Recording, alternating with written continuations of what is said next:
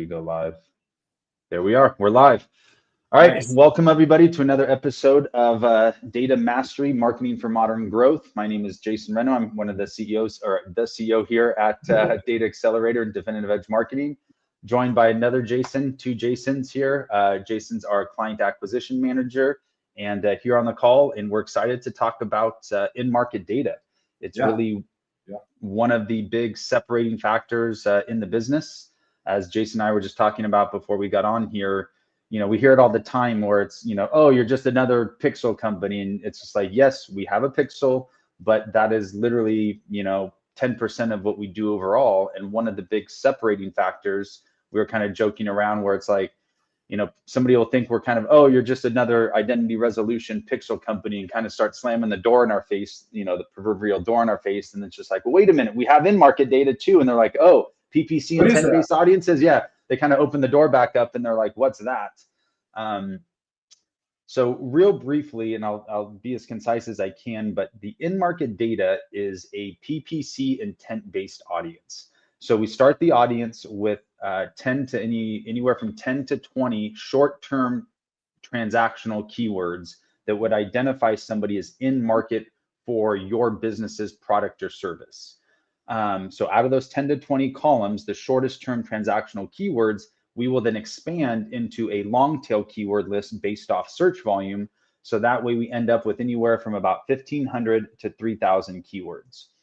We also add in a column of your competitors. So, what I ask clients is like, do you have any kind of 800-pound gorillas, within your industry or within your niche that somebody would jump into the Google search bar and search for directly by their brand name versus searching for best XYZ company near me? If you have those brands, we can actually identify somebody searching directly for your competitors, obviously if the search volume's there. And then we have found a big trend where individuals are searching for more of an FAQ type of search versus, instead of best roofing contractor near me, they'll have searches like, when do I need to replace my roof? How long will my roof last? Those type of FAQs. Right. Exactly. So we want to identify those individuals because all of those individuals searching for specific keywords, searching for specific brand names, or searching for those FAQs could identify them as a high intent individual, somebody that's in market for that product or service. Back up really quick. Remember, tell the audience especially that the PPC is not a campaign that we run. It's, why we actually do it is what's important. So go ahead. Yeah, absolutely. So yes, this audience isn't the end lead. It isn't somebody that's gonna, you're just gonna pick up the phone and call. What happens right now, especially nowadays with the ad platforms, whether it's Facebook, Google, TikTok, wherever you're at, these ad platforms want you to just trust their AI and trust this open targeting. And, we cuss on here sometimes, but it's like throwing shit against the wall and let's see what sticks. And we personally are of the opinion and belief that there's a better way to do things. So it's, to use an analogy, it's like putting rocket fuel in your car instead of, 89 unleaded or whatever it is. So you're putting high intent audiences, warming up the algorithm. So instead of just throwing money blindly into the ad platforms and fingers crossed, at some point Meta or the other ad platforms are going to find your audience. And you don't know if that's going to be 3 weeks down the road, 3 months down the road, or 3 years down the road until their algorithm finds your right audience. And in my opinion, they kind of purposely want you to do that because the longer it takes you to find the audience, the more ad spend you have. And then the problem, yeah, exactly. So now you're just throwing good money after bad, just trusting that they're going to find the right individuals. And then even when they do start finding the right individuals, it's very tough, depending on the buy cycle, to immediately give that feedback to Facebook, because once somebody clicks or fills out a form, Facebook's then going to optimize for more of those same individuals filling out the form or clicking. Yet we don't know for sure yet if that the right individual. Somebody might have filled out the form and lied about income, lied about anything on that form, where they might not be the right individual. They might not be your ICP, but yet now the algorithm's optimizing to that person that filled out the form, even though they're your wrong person. So now Facebook thinks that they're getting wins for you when really they're not. They're just continuing to waste ad spend.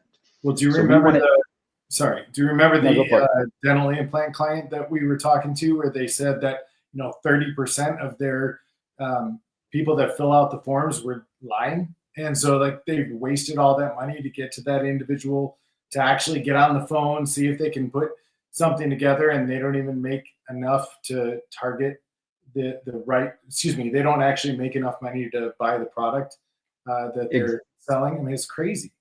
Exactly. Yes. So the whole point is speeding up the failing process. Is they, nobody likes to say it in this business, but the fastest to fail just means you're the fastest to win at the end of the day, because you have to fail and get rid of, the bad audiences. You got to figure out which ads, which hooks, which offers are going to work. So this data allows you to do that.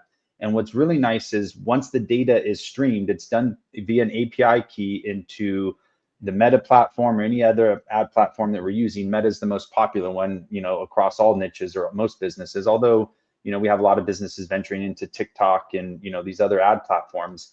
But the data is streamed into the ad platform, updated on a daily basis. So every day, Facebook gets a fresh 100,000, several 100,000 person audience updated in the ad platform. So as we start testing against seed audiences and testing against lookalike audiences, once we find what my partner Alvin calls those winning veins of gold, Facebook will never have to go back into limited learning mode. And years ago, when we started using this data, we'd have to upload a manual list. We'd have to try to find the winners. Oh, there's no winners in this segment. And then we have to go back and do it all over again and wait for Facebook to come out of that limited learning mode where they're throttling ad spend and things of that nature. Where now we can go straight, find the winners. And now once we identify those winning audiences, we can start scaling those audiences without any restrictions, because every day Facebook will get a refreshed audience of that segment, and it will never have to go back into limited learning mode. Yeah. I mean, I would say that we've been on calls with advertising agencies that were like, oh yeah, Pixel's great, and then once they learned about this, they're intrigued. They're like, oh, now my clients have something else. What better way to be able to get in front of a warm audience that's already been searching to then reinsert your ads back into the platforms to be able to have them engage with you. They might not even know about your business, right? But they know about your competition. They might not even have thought about your product, but your product relieves the ailment that they have. All of those things are beneficial for us to be able to take that search keyword search or term and be able to reutilize that back in the ad platform to be able to focus your product in front of the right people at the right time. You actually brought up a really good point in terms of not just searching for your product directly, but for an ailment. So I always like to use, in this case, like a stem cell therapy clinic that we've worked with, where a lot of individuals know about stem cell therapy or they've heard about it. So they're going to go in and type in the search bar, stem cell therapy, best stem cell therapy clinic near me, or any variation looking specifically for a stem cell therapy clinic because they already know about it. So that could be several of the keywords, but then we could take the other segmented keywords and find people searching for, say, cures for my migraine headache.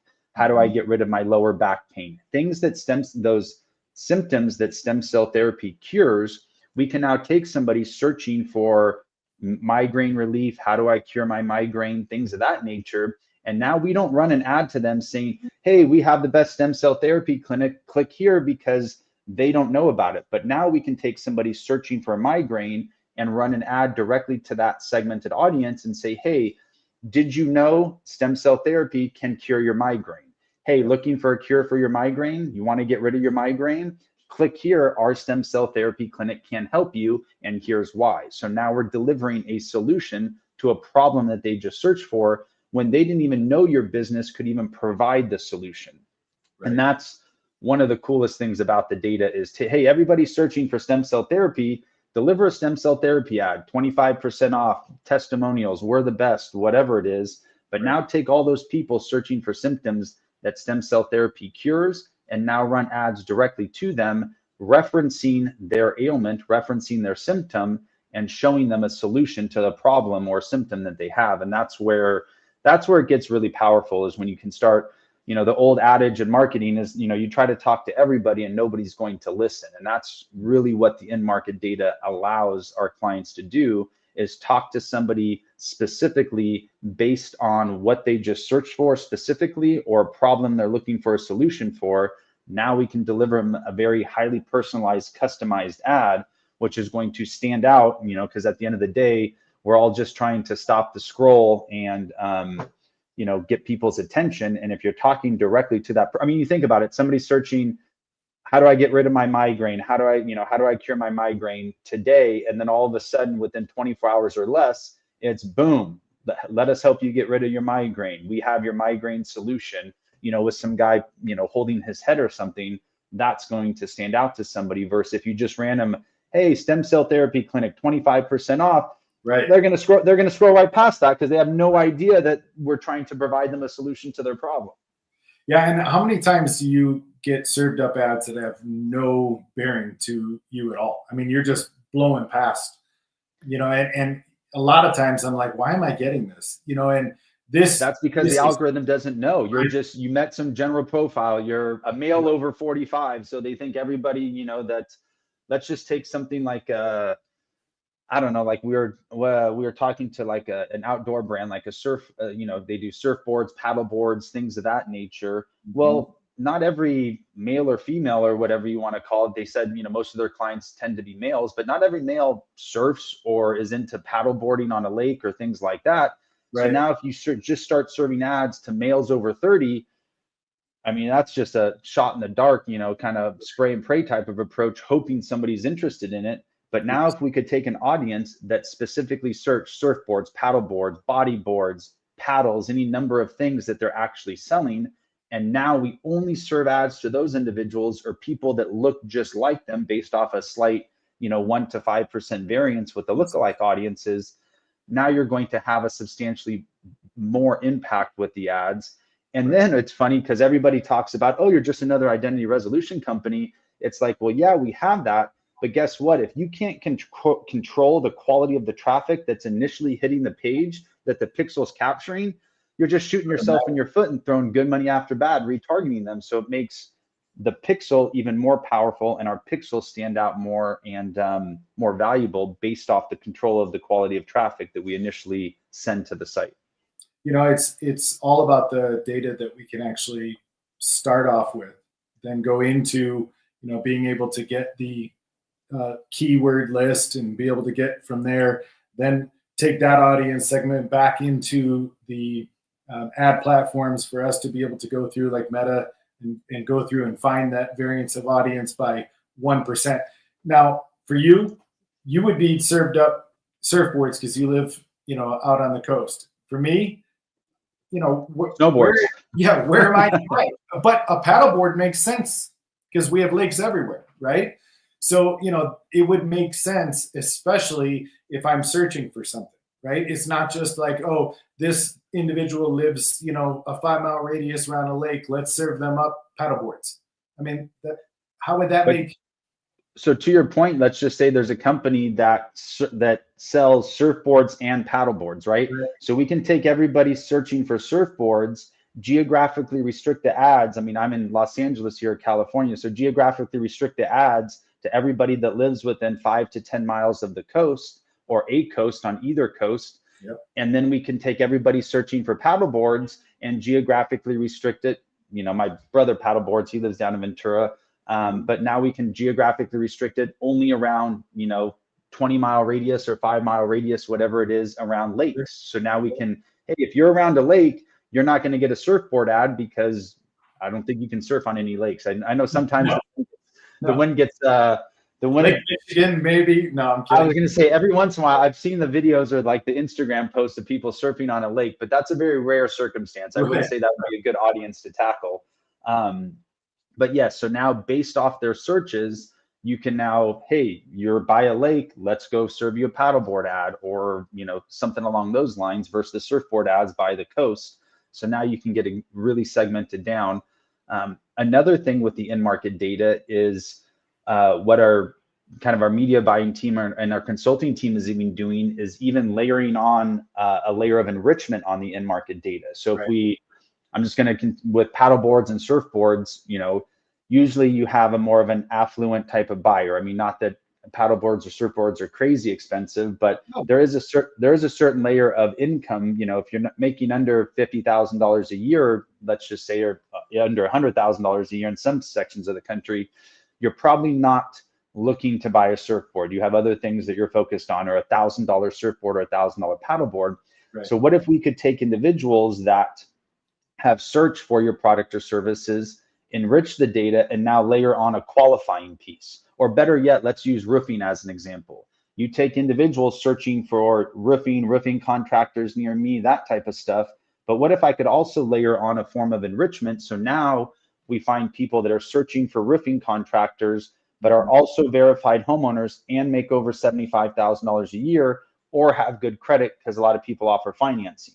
So now, instead of taking this gigantic audience of 1 million people that are just searching for roofs, what if I could segment that down into 100 to 200,000 people that are searching for roofs and actually qualified to pay for a new roof or could qualify for financing? Now we take that audience, put that into Meta and the different ad platforms, and now we're layering on intent with qualifying, and then it's you know, then you have a whole nother ball game. That actually worked really well with a high ticket coaching, a women's coaching program that we have been working with for the last few months, where we were using the in-market data and we were getting good results. Everybody was happy, but then our media buyers like, hey, let's go enrich a section of this in-market data, find the best of that in-market data, because their coaching program's like 10 grand or something like that.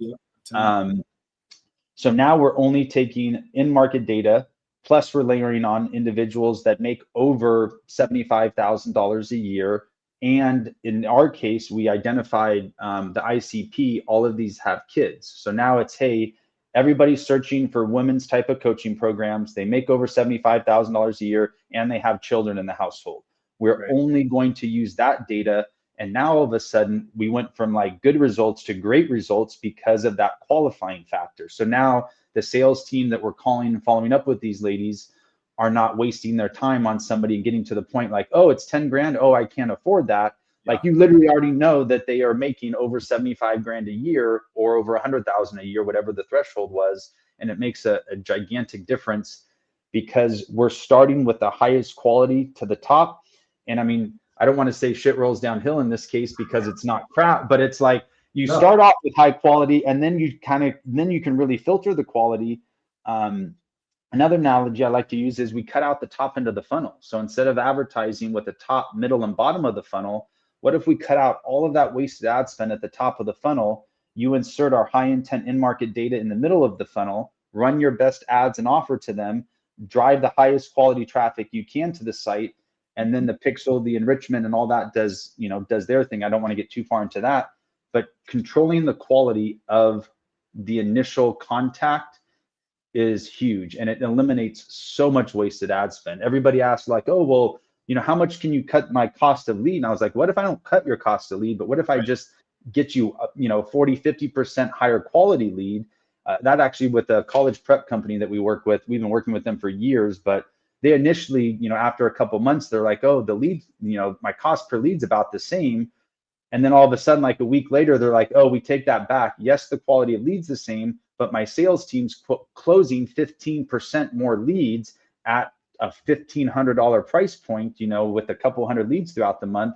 They're like, Jesus, we were so focused on lowering the cost of lead while we were focused on increasing the quality of lead, which just led to more sales, because leads aren't the end results. Conversion and sales pay the bills. Always. And that's what we got to focus on. Yeah, good stuff there. I definitely was sitting with a client that is talking with them in the first 60 days and what they're receiving based upon what we're doing with that in-market data.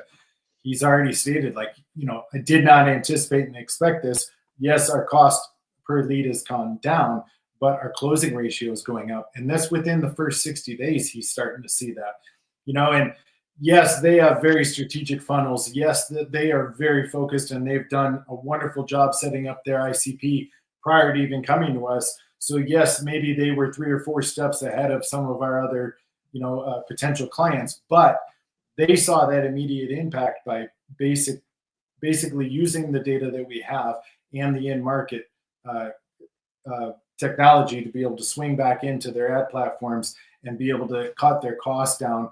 And, just think, if no matter where you are in the process, it's still beneficial to utilize. Yeah, I mean, the in-market data has helped people scale from zero. Because I mean, if you're starting from zero and you have literally no data or Right. no, I mean, you're literally just throwing money blindly into the ad platform, fingers crossed that Meta or the other ad platforms are going to find your audiences. And or on the flip side, if you have individuals, because what happens too is Facebook's open targeting is it's going to cap out. It can only find so much. So now it allows you to expand and find, again, what Alvin calls those winning veins of gold, where his analogy is start on third base. If you're whether you're running ads right now or not, you're literally starting from home base, and you have to hit your single, your double, your triple to get all the way around the bases. And Facebook wants you to do that, or Meta wants you to do that, because it costs you more money. Yeah, well, with our in-market data, let's just start on third base. Shit, you can just hit a little dink single, whatever you call it. I know you're a baseball player. So are you? Come on. Yeah, well, I mean, after high school, I didn't play in college and stuff like you did, but you just hit a little, little dink single to get your guy home, or to get that, to that user into a conversion or into your platform. It just saves a ton of money all the way down the buyer's journey if you can highly focus on quality. Yes. All right. Honestly, I know we said like 15 minutes. We're at 22 minutes. Obviously you put a quarter in me and watch me go. I can talk about this all day, but good. We'll cut it off here. Hopefully everybody listening got some value in terms of specifically with the in-market data. It is just one piece of what we do, but we wanted to take a few minutes and focus solely on that, since that is, one of the kind of, linchpins, deciding factors on a lot of clients moving forward with us versus other, quote unquote, identity resolution, companies. That's where we really pride ourselves on being a data solutions company, not just a pixel or identity resolution company. We're going to help you find the data. We're going to help you implement it. And most importantly, we're going to help you monetize it and, increase ROI or ROAS or whatever acronym you want to use. So that way it actually benefits you and your business. Data is amazing, but if it's just sitting there, not doing anything, then obviously it's completely useless. So we make sure you know how to put it to use, and allow you to benefit from our first couple of years of failing using it and learning how to use it. And again, let you skip to third base and go from there. So we appreciate everybody's time. Yeah. And Jason and I will be back. I know Alvin's been joining us before, but Jason's going to start hopping in here as well, so everybody can get to know him. And we'll talk to everybody real soon. Appreciate your time. Have a good day.